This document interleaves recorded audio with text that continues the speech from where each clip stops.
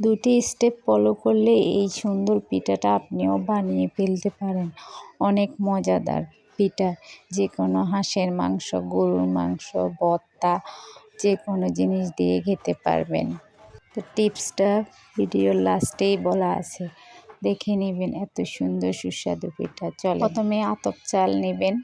আতপ চাল পরিমাণ মতো দেবেন, লবণ দিয়ে আমরা ব্যাটারটা অনেকক্ষণ মতে নেব। তো সুন্দর করে একটা ব্যাটার ভালো করে রেডি করে নেব পিঠা বানানোর জন্য। যত বেশি মথবেন তত বেশি পিঠাটা সফট হবে। তো এখানে আমি হাঁসের ডিম দিব। হাঁসের ডিম দিয়ে এই পিঠাটা বানালে কালারটা অনেক সুন্দর আসে, অনেক মজা হয়। মুরগির ডিম দিয়েও করা যায়। আমি গ্রাম থেকে হাঁসের ডিম নিয়ে আসছি, ওই ডিম দিয়ে আমি করব। দেখেন ব্যাটারটা এরকম পাতলা হবে। এখানে আমি একটা খোলা নিয়ে নিব, মাটির খোলা।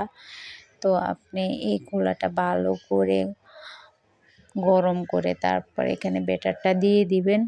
আর এভাবে আপনি শেপ দিয়ে দিবেন। অত সুন্দর পিঠাটা অনেক সুন্দর হবে, জালি হবে। পিঠাতে হালকা কুসুম গরম পানি দিয়ে ব্যাটারটা রেডি করবেন। অনেক সুন্দর একটা ব্যাটার হবে এবং কি এরকম জালি হবে।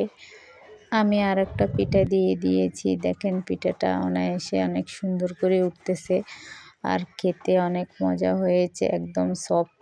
তো আমি নারকেল দিয়ে আর গ্রাম থেকে গুড় এনেছি, নারকেল দিয়ে গুড় দিয়ে আমি এই পিঠাটা খাবো। আর যে যেভাবে খেতে পারে অনেক মজা লাগে। তো সবাই পাশে থাকবেন, কাছে থাকবেন। ধন্যবাদ। আসসালামু আলাইকুম।